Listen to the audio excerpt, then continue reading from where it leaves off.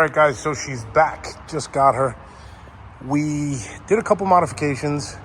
We got that switch running again. It was wiring issue. What we did was we lengthened it so that it has less of a harsh angle.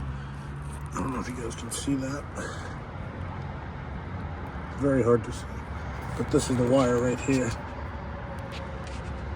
Anyway, put on the Harley crash bar. One with 7.5-inch risers from Kraus, and Kraus KR low bar stainless to match the exhaust. And we did compensator. I believe it was Star Racing compensator with a V-twin clutch basket, V-twin chrome clutch basket, and then we did the Arlen Ness chain conversion. Pretty sick. Bike feels amazing. Definitely much more snappy. The power just gets there. This thing is filthy, by the way, guys, so don't judge. Got to get it squared away and cleaned up. But I have to say, SFZX 10R did an outstanding job as usual. Riding position is much more comfortable now with the way this is set up.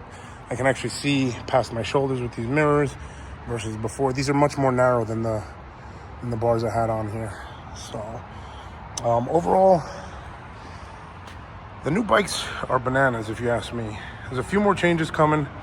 Nothing crazy. Stuff that's already built and ready to go. Just couldn't get it done in time. But overall, let me know what you guys think in the comments. There's more to come for sure with this bike. I'm trying to get back into the content. It's just been really, really busy with work. But also some changes coming with the decal, hopefully. That's the plan. There's a few subtle changes. You guys will like them. But let me know what you guys think about the bike, how it looks, the changes I made, what you think about it. Sorry for the short video and the poor lighting. It's actually kind of dark in here today. I should probably turn on that other light.